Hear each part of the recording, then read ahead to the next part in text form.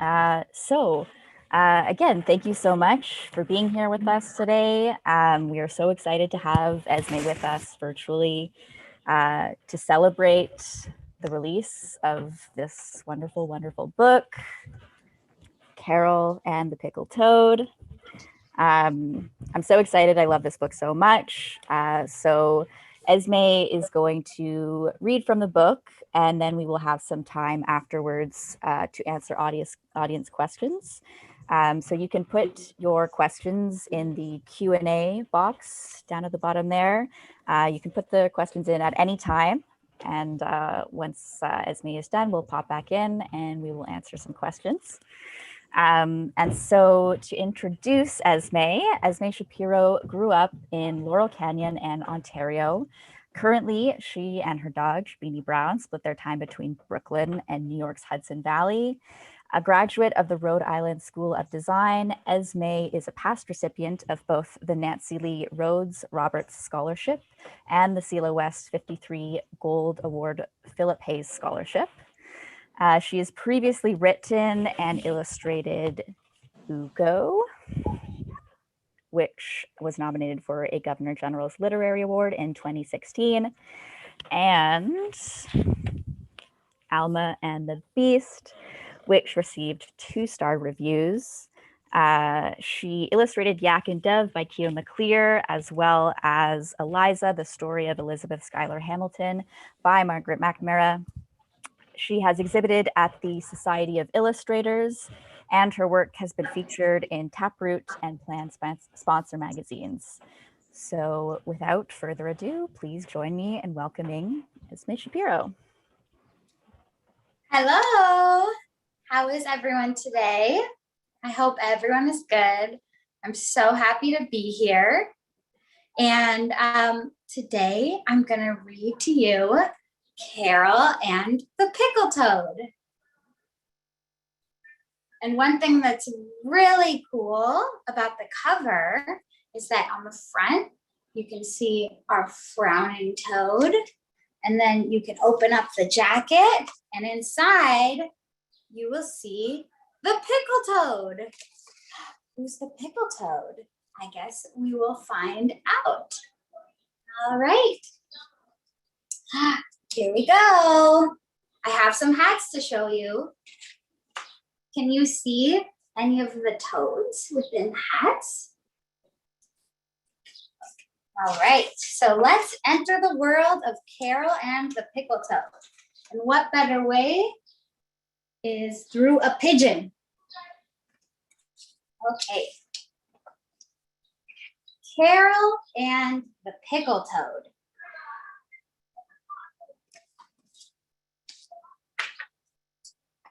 All right. There once lived a girl named Carol who wore a toad as a hat. Did you know that some people wear toads as hats? Not all, but some do.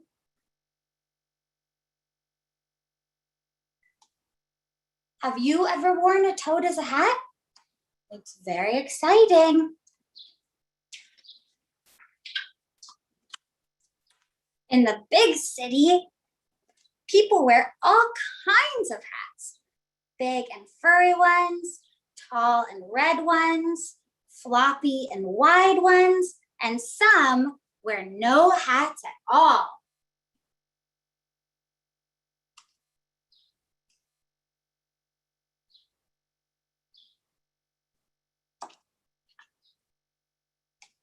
What kind of hats do you like to wear? Are you wearing a hat right now? Are you wearing a toad hat? But Carol's hat was green, big-footed, and as bossy as can be. Carol's toad hat had opinions on just about everything. She would tell her how to bike, going this way, go that way. If I were steering, we would be there by now. That's my very special toad voice. So when you hear me sound like that, I'm the voice of the toad. Here's a little close-up. You can see them biking together. All right. She would tell Carol what to paint. No, that's no good. How about me in very tall boots? Is it nice to tell someone what to paint and draw? I don't think so. I think we should be able to paint and draw whatever we want. Let's look up close at the painting. Oh, and the bossy toad.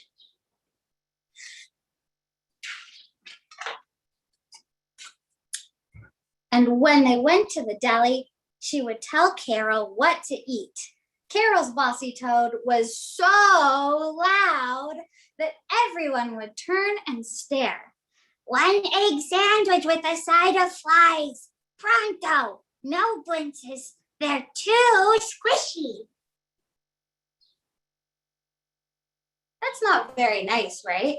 We should be able to order whatever we want, even if it is a little squishy. Yes, of all the hats in the big city, Carol's was by far the bossiest and the rudest. Rudeness, Carol realized, was often a very lonely business. With every day that passed, Carol's voice grew quieter and quieter, while her bossy toads grew louder and louder.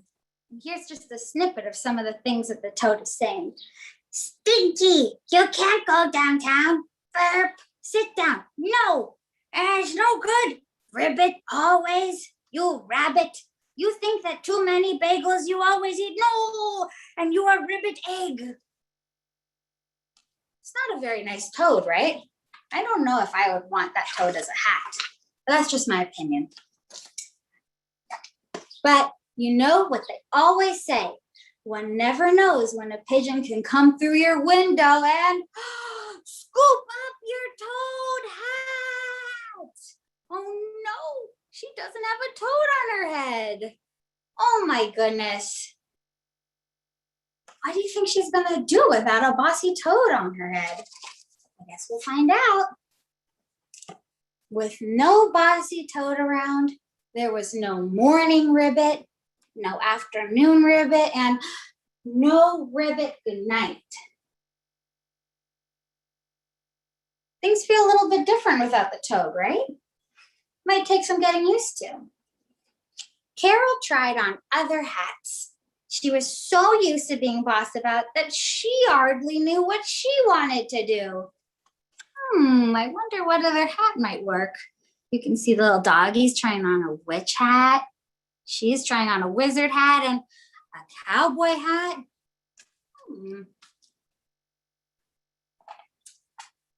She tried to paint, but none of her brushstrokes felt quite right. She tried to bike, but that certainly didn't go as planned. Bonk, kerplat, spink. At the deli, Carol opened her mouth to order, but was too afraid that she would order the wrong thing. So one day the chef just brought her a plate of his choice, a pickle and an egg. Ew, how gross. So stinky and shiny.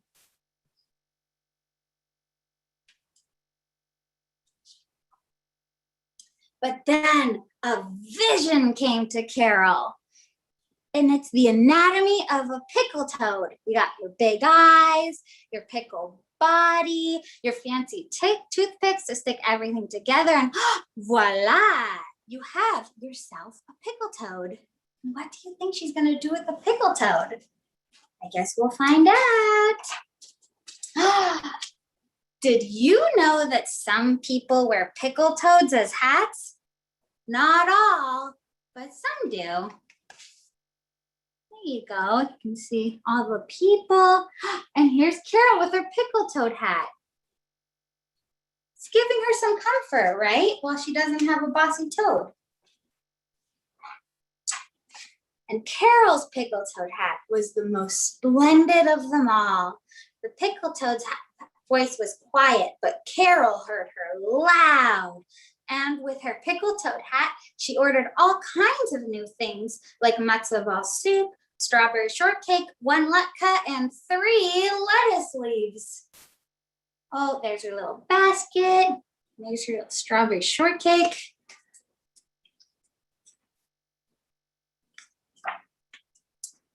Carol painted all kinds of new things, not just toads. Hats are very supportive. Oh, look, she's drawing her doggy.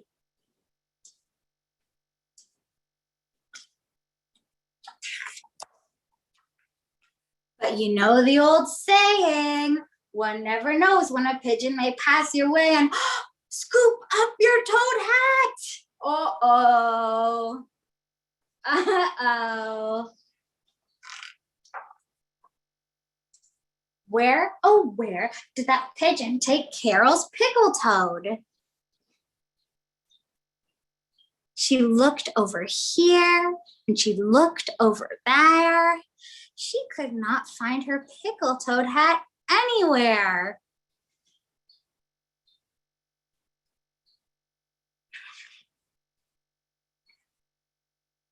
But then Carol felt something funny in her tummy. It felt like a rumbling, and then it shook into a roar. Where, oh, where is my pickle toad? That's a pretty loud voice, huh? Could it be that that big voice was in her all along?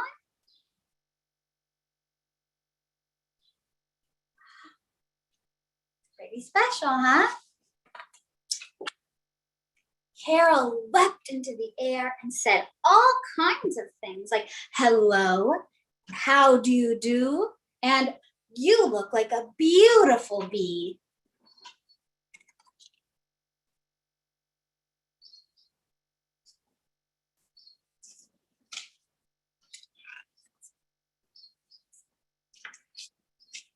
Carol found that her voice was quite different from that of her old toad hats. With her big, loud voice, everything felt completely brand new. She biked freely all about town.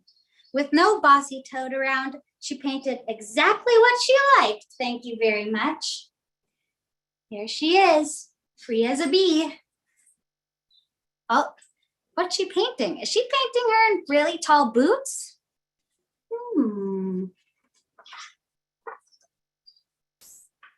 She ordered as many blintzes as she wanted. Blintzes for my friends, pretty please. The squishier, the better. Carol realized that kindness was never a lonely business.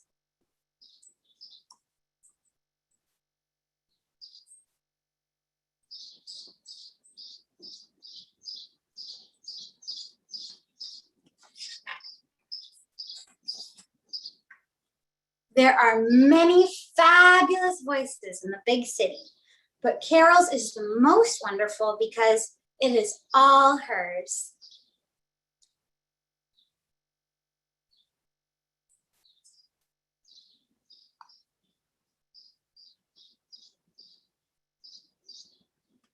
The end.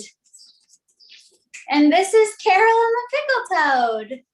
And it's for sale at Petite Drawn and Quarterly. And when you buy it from an independent bookseller, it not only helps you, but it also helps the whole community you live in. So there you go. That's it.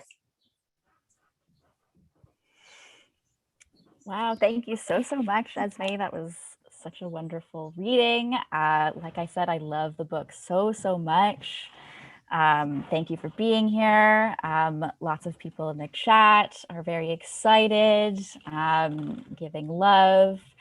Lyle says he likes to wear a rake as a hat. Thanks for asking. Toad voice of my dreams, ribbit always. Yes, this is so wonderful. Thank you so much. Like I said, if anyone has any questions for Esme, you can put them in the Q&A now. Thank you for being here. I wanted to ask to start off where the inspiration came for this book. Did you have a vision of a pickle toad, much like Carol did? Oh no, I can't hear you. It just cut out. What did you say? I was just wondering about the inspiration for the book. Did you have a vision of PICKLE-TOAD like Carol did?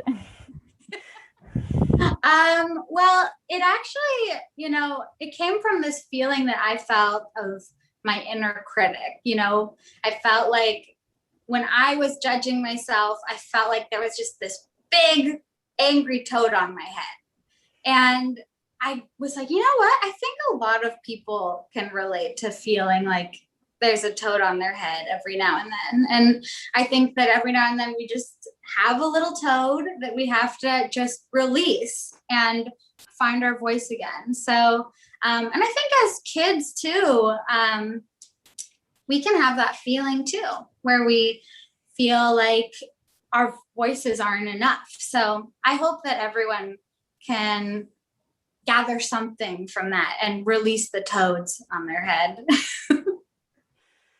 Nice. Yes, I agree. Someone wants to know, can you talk about the food in Carol and the PICKLE-TOAD? There's a lot of delicious food. Absolutely. So my grandfather, who we called Papa, was the biggest fan of deli food. So for him, his love language was like a corned beef sandwich and a pickle or a matzo ball soup.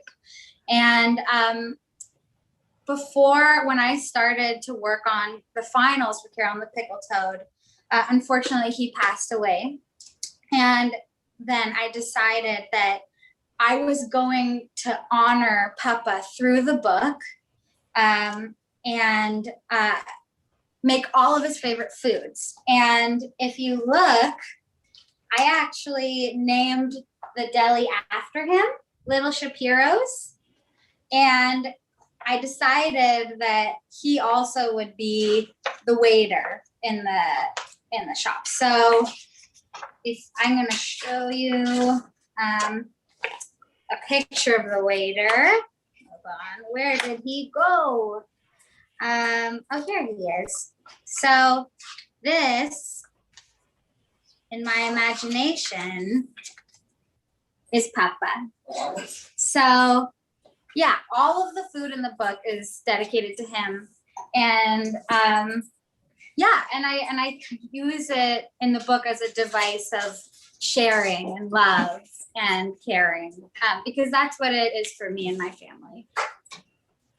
Lovely. That's really, really nice. Yeah, a couple people were mentioning that there are a few people in the story inspired by important people in your life. Can you point those out to us and speak to them a little bit? Are there any others in the book? Yeah. So one of the really exciting parts of this book was that there are so many people. Within every page, I felt inspired to put some of the people that I love in it. So for example, on the page with the hats, where everyone is showcasing their gorgeous hats, I have my sister and my nephew, Lyle, who the book is actually dedicated to. So that's Hannah and Lyle. One of my favorites is actually, I'm gonna show you. This page especially has a lot of my friends in it. So I have my friend Ruby up in here. My friend Tessa's in this window. I have two of my really good friends' dogs in the window here. A little bulldog and a little hairless dog here, Booba and Seashell. So yeah, that's everyone in this book is based off of people I've seen in the city or my good friends or my family. Nice. Someone wants to know why a toad in particular. I love this question. Why a toad? I feel like a toad just embodies a frown in the best way possible. I love a good toad and I would hang out with a toad anytime. But, they have a natural frown on their face. And I used to hang out a lot with toads when I would spend my summers in Ontario. we would go swimming in the pond, and it was like a toad city there. There were so many toads. And, you know, I love their attitude. They just seem grumpy, but they're still hanging out and they're still having a good time flying about in the sun. So I do love toads, but to me, it is the frown and the essence of the frown that the toad embodied that makes them a good toad hat. Yeah, definitely. I also spent a lot of time with toads in my childhood Ontario, so I'm glad that they're getting their due in this book. And then someone else wants to know, how long did you work on the illustrations? That is a great question. You know, what's funny is the sketches actually tend to take longer than the finals. And it took me about a year to work on the sketches for this one, just because they were so detailed. And I wanted to make sure that visually I was giving a pause within all the craziness. So you'll notice in the book, there's these spreads that are just a ton of people and a ton of places. And then there's moments in the book that are just like one single image. So it took me, with this book, the challenge in the sketches was just trying to make sure that they flowed properly. And then once I got to the finals, it only took me about 3 months. And they usually would take me longer, but I will say that I started working on them on the first week of lockdown in Brooklyn. So I had so long to just have this hyper-focused time. And so it only took me about 3 months. It usually probably would have taken me about 5 months, but this time it was 3 months.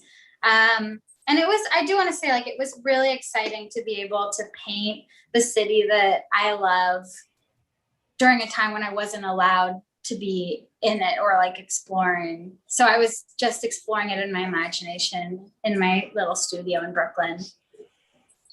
Nice, lovely. I wanted to ask as well, I find that in this book and in your other books as well, which I have got here, in Alma and the Beast and in Ooko, I love that they all seem to have this kind of perspective of an outsider looking in a little bit. I was wondering if you could just talk about where that comes from. Yeah, I think it's true. It's funny, I never intended that, but I think that I've always been drawn to kind of how malleable our reality is. And I think that it's really a common feeling for people to feel like they're looking at something and not a part of it, or like wanting a perspective shift. So I think that choice and the stories that I choose to write wasn't a conscious one, but now that you're mentioning it, I mean, I think it's important to think about our assumptions about things and kind of flip them on their head. And when we change our perspective, it can be a very healing experience. And I mean, especially for kids too, you know, it's exciting to know that how we perceive the world is constantly changing. Nice. Lovely. Okay, well, thank you so much. Thank you everyone so much for being here today. Thank you, Esme, for being here, for reading this, for creating this wonderful book and sharing it with us. Like you said, the book is available for purchase at Drawn and Quarterly. You can buy it in the store. You can buy it online on our web store. There's a link in the chat. We're so grateful for your support of local independent bookstores this past year and always. It means so much to us, and this book means so much to us. Thank you so much, Esme. Thank you, everyone, and have a lovely day. Thank you. You too. Thank you. Goodbye, everybody. I hope that no one has a toad on their head today.